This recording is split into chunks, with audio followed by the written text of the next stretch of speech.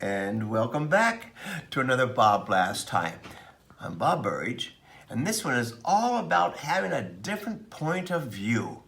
It doesn't always have to be the same. Like I like to paint cups and vessels and vases and things like that, but mostly on the same view as maybe a cat's eye view, or a little bit of 3/4 of a view. What I normally do, every once in a while I like to kind of mix things up a little bit, and instead of having this view, that really surprises everybody, but it's kind of a fun thing to do. It breaks the cadence a little bit of doing the same old. So let's enter some entertainment into your daily painting. Now look at the paintings behind me. There's a good example of paintings that are looked at from a different point of view. I mean, gosh, who knows what view of this is coming from? I'm using several views here for this, either straight down or a slight angle, 3/4 of an angle. This one, of course, is the classic one that I love to do, which is straight down. You would not normally expect something straight down like that. And I kind of like it because it adds a nice cadence to the normal way of looking at your work. All right, so it's just another way of having like way too much fun. Okay, let me get started.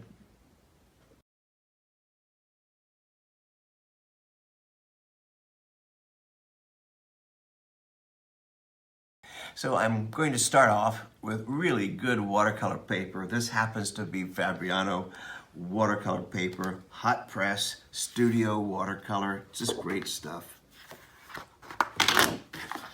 Peels off. How beautifully. Hey, I don't have to tear it or anything. It's beautiful. It's 1114, made in Italy. Good enough for me.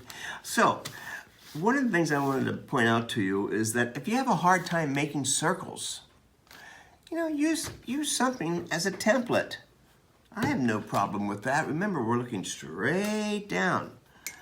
And looking straight down would be a little bit of a template. I'm going to use a paintbrush. This is not meant to be mechanical engineering. This is supposed to be real painterly, it's not going to be perfect. Good enough for what I'm about to do. Now remember, we're going to pretend that there's light coming across this direction, so I'm going to put a little arrow. So that's inside the cup. And of course, there's your rim. That means if the light's coming across here, that means the shadow's going to go right along here too. And you could just use lots of water here. See, now I'm going to soften this here even more so. That looks like a cup sitting down there inside. So now we have to put the coffee. Oh my goodness. Let's see if we can add some coffee to this.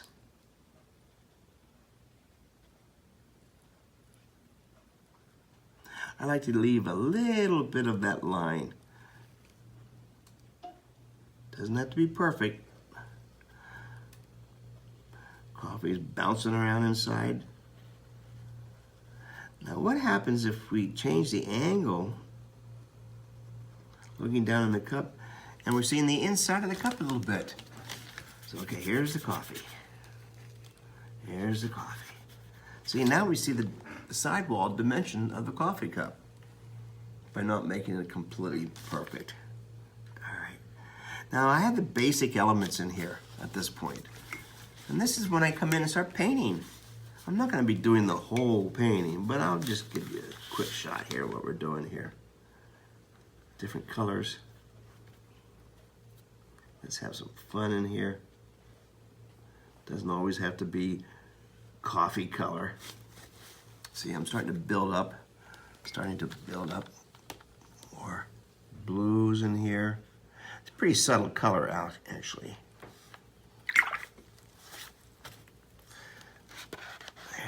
More water, more water, more water, more water. It's pretty dramatic on purpose. So you can really see that cup. Now I want to lighten up. I'm going to lighten up inside here a little bit. Like light shining on the inside here. That means on the inside